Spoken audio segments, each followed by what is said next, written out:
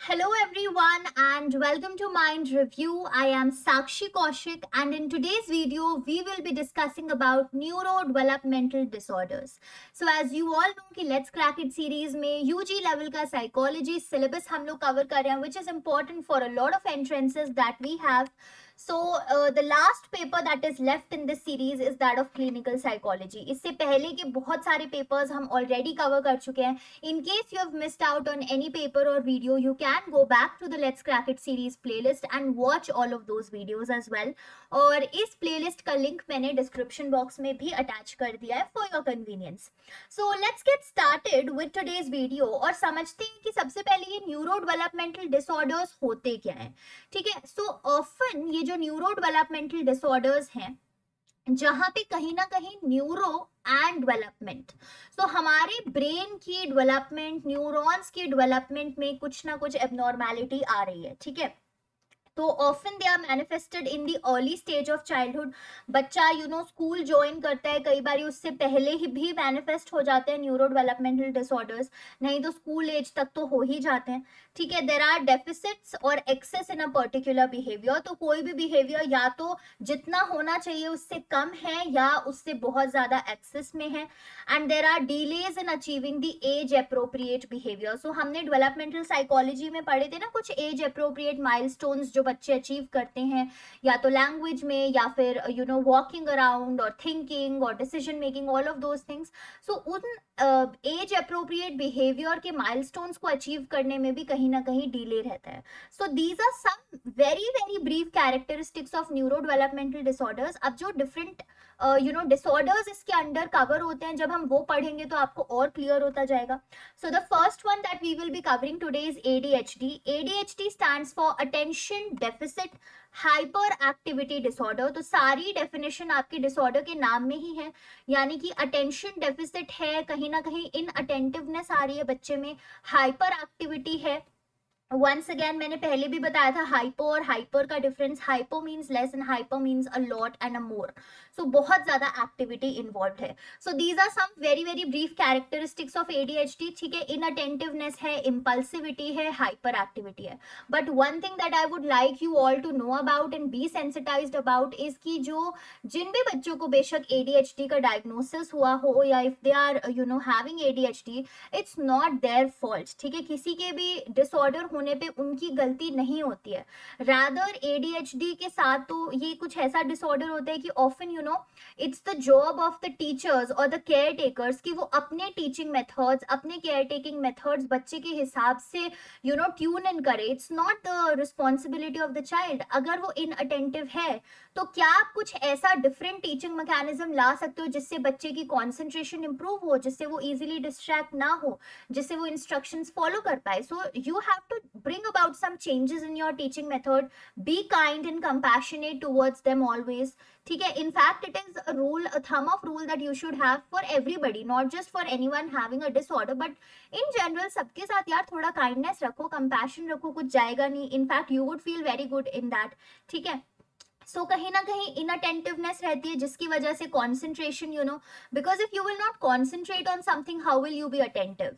They are not able to follow instructions very easily और बहुत आसानी से डिस्ट्रैक्शन हो जाता है. सो बहुत लंबे समय तक एक चीज पे वो कॉन्सेंट्रेट करके नहीं रह पाते. Then we have impulsive behaviour. That means they are acting before even thinking about it. ठीक है, इमीडिएटली किसी भी चीज के ऊपर रिएक्ट कर देना, रूल्स को इतना ज्यादा फॉलो ना कर पाना. हाइपर एक्टिविटी में क्या है कि एक जगह पे टिक के नहीं बैठ सकते. दैट इज वाई कॉन्सेंट्रेशन में भी इम्पेयरमेंट है. एक जगह पे कॉन्सेंट्रेट या बैठना बहुत लंबे समय तक they can not do. They feel very restless, can not stay in a line, cannot wait for their turn and talk too much. So these are some very brief characteristics जो ADHD के listed down है. but otherwise of course individual differences हैं. जरूरी नहीं कि सब में ये सारे के सारे symptoms हो सकता है, किसी में कुछ हो, किसी में कुछ और हो. ठीक है, then another type of neurodevelopmental disorder is autism spectrum disorder. ये जो autism spectrum disorder है ये एक pervasive developmental disorder का type है. ठीक है, इसमें क्या चीजें होती हैं, there is a marked social impairment. Social impairment का मतलब होता है कि जब आप अपनी सोशल सराउंडिंग्स में लोगों के साथ बात कर रहे हो या फिर लोगों के साथ इंटरेक्ट कर रहे हो, इंटरपर्सनल रिलेशंस फॉर्म कर रहे हो, और या फिर इन जनरल सोसाइटी में हम लोग जैसे बिहेव करते हैं, आई कांटेक्ट मिला के बात करना, ये सारी चीजें इन बच्चों के लिए डिफिकल्ट हो जाती हैं, the ones who are having autism spectrum disorder. ठीक है, they rarely make eye contact while talking to everybody, there is a lack of interpersonal communication, दूसरे लोगों से ज्यादा बातचीत ही नहीं करते हैं। ठीक है, there is also a lack of affect. Affect का मतलब होता है इमोशन, तो कहीं ना कहीं उनकी इमोशनल डेवलपमेंट थोड़ी डिलेड रहती है। So even though they are not expressing their emotion, but I feel probably somewhere they are feeling it, but still there is a lot of research that is to be done, and you can also read up research papers on this topic. A lot of books have also been written if you are really interested in knowing more about it. ठीक है, तो कहीं ना कहीं ये कुछ symptoms आते हैं, there is a repetitive pattern of behaviour, communication skills जो है या तो बिल्कुल ही एब्सेंट होती हैं, या अगर किसी में होती भी है तो वो कम्प्लीटली डेवलप नहीं होती, जैसे एक so called fully functioning adult की होगी।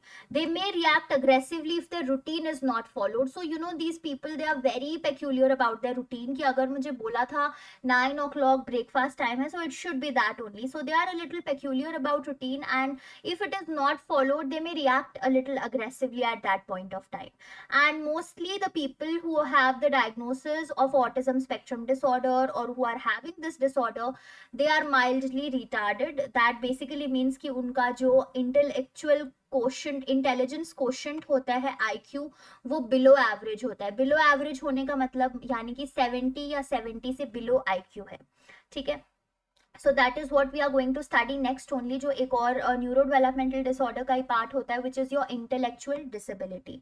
इंटेलेक्चुअल डिसेबिलिटी का मतलब ये होता है कि इंटेलेक्चुअल फंक्शनिंग जो है, यानी कि आपका इंटेलिजेंस कोशेंट जो है वो 70 से बिलो है। सो अगर हम बात करें कि नॉर्मली एवरेज पॉपुलेशन का कितना होता है, वही नॉर्मल प्रोबेबिलिटी कर्व की बात आ जाती है जो स्टैट्स में हमने कवर किया था। सो एवरेज पॉपुलेशन का जो IQ है वो समवेयर अराउंड 100 to 110, समवेयर उसी के अराउंड 80, उसी के अराउंड लाई करता है। अगर वो 70 या 70 से कम है तो वो एक्सट्रीम पॉपुलेशन में आ जाती है, यानी कि इंटेलेक्चुअल डिसेबिलिटी में। अगर किसी का IQ 120 130 से भी अबव है, या 120 या 130 है, तो फिर से वो एक्सट्रीम पॉपुलेशन में आ जाते हैं, यानी कि they are highly gifted ones, उनका कुछ ज्यादा ही अच्छा IQ है, ज्यादा ही अच्छा इंटेलिजेंस कोशेंट है। बट मोस्टली लोग एवरेज IQs के साथ होते हैं। बट इंटेलेक्चुअल डिसेबिलिटी क्या है कि एक तो अडेप्टिव बिहेवियर में डेफिसिट्स हैं, जैसे जैसे इन्वायरमेंट में चेंजेस होते जा रहे हैं, the person is not able to adapt according to them, they are manifested before the age of 18।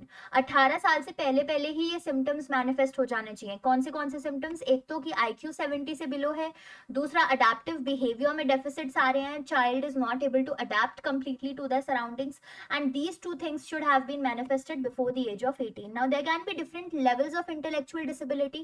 If we talk about somebody having mild intellectual disability, तो उनका IQ somewhere around 70 to 55 होगा। ठीक है, सो जिनका माइल्ड इंटेलेक्चुअल डिसेबिलिटी है वो somewhat trainable होते हैं, एजुकेशनेबल होते हैं, उनको हम एजुकेट कर सकते हैं with the help, with appropriate help and teaching methods, and they also go on to perform some kind of jobs and something. फिर मॉडरेट इंटेलेक्चुअल डिसेबिलिटी होगी तो IQ is in the range of 55 to 35। इसमें teaching will be a little difficult and they would require help of someone. ठीक है, severe intellectual disability में IQ होगा 35 to 20, wherein they will be dependent on somebody else. ठीक है, they will probably not be marrying or having kids, and job और education होना भी थोड़ा difficult ही है। And then there can be profound intellectual disability where the IQ is below 20, तो यहाँ पे तो severe dependence है किसी और के ऊपर, and family, kids and all of those things are nearly not so possible in case of this profound intellectual disability. So ये कुछ intellectual disability के बारे में था। And then there can also be specific learning disability. Okay, I'm so sorry, let me raise this line. Yeah, so there can also be specific learning disability, यानी कि इसमें क्या होता है कि the child has difficulty in either processing or in perceiving or both of them. ठीक है, processing and perceiving information efficiently and accurately. तो जो भी इंफॉर्मेशन उनको दी जा रही है, या तो उसको प्रोसेस करना, ठीक है, कि उसका क्या मतलब होता है, क्या मतलब मीनिंग है उस चीज का, या फिर उस इंफॉर्मेशन को परसीव करने में अच्छे से उनको प्रॉब्लम्स आ रही है, डिफिकल्टीज का सामना करना पड़ रहा है। Now, these three terms you should know about: dyslexia, dysgraphia and dyscalculia. So dyslexia is problems in reading. ठीक है, जब रीडिंग में उनको प्रॉब्लम्स आ रही हो, वर्ड्स ढंग से नहीं उनको समझ आ पा रहे हैं, राइटिंग के साथ प्रॉब्लम्स होती हैं तो it is dysgraphia, and mathematics के साथ एक्सट्रीम प्रॉब्लम्स हैं so it is dyscalculia. So that is what we mean by specific learning disability. Then another type of neuro developmental disorder is ODD. ODD क्या है? Oppositional defiant disorder. I hope आप लोगों को ऐसा ना लग रहा हो कि मैं बिल्कुल भाग रही हूँ ट्रेन की तरह, बिकॉज आई नो कि आप लोगों का पेशेंस रन आउट हो जाता है and you like small small videos, तो इसीलिए I am trying to go at a fast pace. But don't worry, कोई भी कॉन्सेप्ट पीछे नहीं छूट रहा है, कोई भी चीज पीछे नहीं छूट रही है. If you want you can slow down the video, playback speed तो आपके हाथ में ही है. ठीक है, alright. So oppositional defiant disorder में क्या होता है? कुछ ये कैरेक्टरिस्टिक्स हैं कि as inappropriate amount of stubbornness है, कि एज के हिसाब से देखो, एक तो होता है कि यार 2-3 साल का बच्चा है और वो सड़क पे खड़े होके रोने लग गया, लेट लेट के रोने लग गया कि मुझे तो ये टॉय चाहिए ही चाहिए. सो that is appropriate for that particular age, कि अगर वो ऐसे कर रहा है तो ठीक है, सारे लोग उसे sort of so called quote unquote normal मानेंगे. But as inappropriate amount of stubbornness would be probably एक 13 years का बच्चा सड़क पे लेट लेट के रो रहा है कि मुझे तो ये टॉय चाहिए ही चाहिए. So that will be little different. उस चीज को उस सेंस में आप समझिए एज inappropriate को. So there is as inappropriate amount of stubbornness that is there. बच्चे बहुत इरिटेबल हैं, डेफिएंट हैं, किसी की बात ओबे नहीं कर रहे, किसी के लॉज रूल्स ओबे नहीं कर रहे, ठीक है, डिसोबीडियंस आ रहा है और बहुत ही हॉस्टाइल मैनर में उनका बिहेवियर है. And whatever reactions they do, whatever disobedience they are doing, जो भी वो डेफिएंसी कर रहे हैं, जो हॉस्टिलिटी वो लोग परफॉर्म कर रहे हैं, उन सारे रिएक्शंस को अपने वो लोग जस्टिफाई कर देते हैं to the demands of society. ठीक है, दे माइट से कि मैं क्या करूँ, वो सिचुएशन ही ऐसी थी, या दे माइट से कि अरे सामने वाले ने भी तो मुझे ऐसे बोला तो मैं तो ऐसे ही करूंगा ना या करूंगी. So that is how they are also trying to justify their reaction. So they are not understanding that whatever they are doing is not correct. ठीक है, but they try to justify their actions and they have a sort of problematic interaction with others because of all of these things. ठीक है, irritable रहेंगे, defiant हैं, disobedient हैं, सबके साथ hostility से बिहेव कर रहे हैं, स्टबर्न हैं. सो उन सारी चीजों की वजह से दूसरे लोगों के साथ जो इंटरेक्शंस है उनमें भी उनकी दिक्कत आएगी naturally. And another type of neurodevelopmental disorder, and the last one that we are going to discuss for today, is conduct disorder. Conduct disorder में क्या है? Aggressive हैं बच्चे बहुत ज़्यादा. Conduct का मतलब होता है ना, हम बोलते हैं कि this child has a good conduct or a bad conduct. तो मतलब वो कैसे behave कर रहे हैं. So there is an aggressive action that is involved in the person's conduct. They cause or they may even threaten the harm to animals or people. या तो वो सच में people को, मतलब लोगों को या animals को harm cause कर देते हैं, या वो थ्रेटन में, दे में इवन थ्रेटन कि हम ऐसा कर देंगे अगर आपने ये नहीं किया तो. ठीक है, सो कॉज और थ्रेटन हार्म टू एनिमल्स और people. There are aggressive actions of conduct involved. और अगर नॉन अग्रेसिव एक्शंस है कंडक्ट के, तो वो एक्शंस क्या हो सकते हैं कि किसी की प्रॉपर्टी डैमेज कर देना, या डिसीटफुलनेस यानी कि धोखा देना किसी को. So that is what is deceitfulness, या थेफ्ट करना. ठीक है, यहाँ पे ये और लिखा था, और है क्या सिर्फ.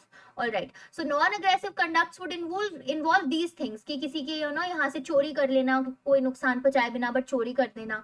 ठीक है, डिसीटफुलनेस करना, धोखाधड़ी से किसी को उल्लू बना के कोई चीज कर लेना, serious rule violation, legal violations. और ये लोग जो है ज्यादातर लॉज के और लीगल इन चीजों के वायलेशंस ही करते रहते हैं.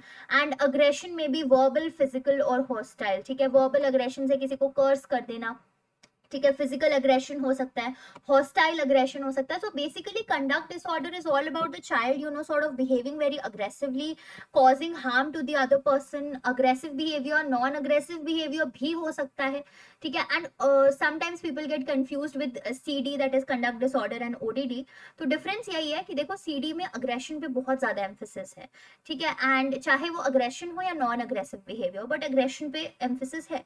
एंड ओडीडी में क्या है कि बच्चा स्टबर्न है, इरिटेबल है. ठीक है, बेसिकली यहाँ पे डिसोबीडियंस पे काफी ज्यादा एम्फेसिस है, कि डिसोबीडियंस है और हॉस्टाइल बिहेवियर है, जिसकी वजह से उनके इंटरेक्शंस में भी दिक्कत हो रही है. और अपने रिएक्शंस को क्योंकि वो जस्टिफाई कर देते हैं, तो they are not even guilty of what they are doing, right. So that is it for this video. I really hope that you have revised some of your concepts या कुछ नया आपने आज सीखा होगा, and if so, then please consider subscribing to the channel of Mind Review, and let's together create a bigger and bigger community of psychology enthusiasts. And I promise you to keep delivering quality content related to psychology and mental health in future as well. So till then, have a very good day, stay safe, keep studying, and bye bye.